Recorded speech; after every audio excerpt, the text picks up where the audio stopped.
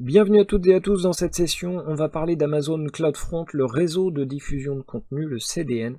Rapide, fortement sécurisé et programmable, et du coup il est beaucoup utilisé par les utilisateurs qui sont distants et qui justement viennent requêter ce service et s'en servir pour plusieurs choses. Alors on va voir en détail. On est facturé en fonction de la région. Bon, ça, comme les autres services, on a vu, c'est pas une nouveauté. Toutefois, le nombre de requêtes de la part des clients va conditionner la facturation. Tout simplement puisque, étant donné que le CDN rend votre application mondiale, si vous avez une application web et que vous voulez vous rapprocher de vos utilisateurs, rapprocher vos données des utilisateurs, et que vous avez une application qui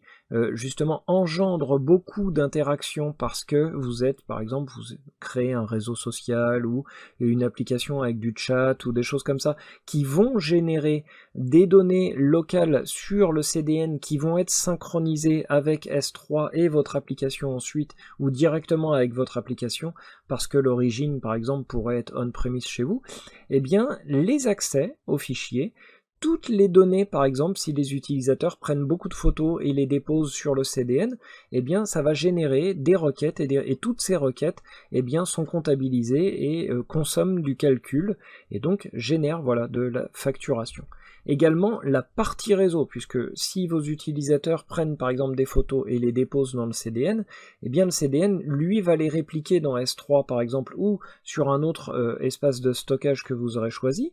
et à ce moment-là, vous allez consommer de la bande passante. Donc, tous les transferts de données entrant vers Amazon CDN depuis Internet sont gratuits. Toutefois, le transfert de ces données et leur réplication vers Amazon S3 depuis le CDN, qui lui se trouve dans toutes les régions du monde. Donc si votre compartiment S3 est centralisé en Allemagne, en Italie ou en France, eh bien il va y avoir des frais réseau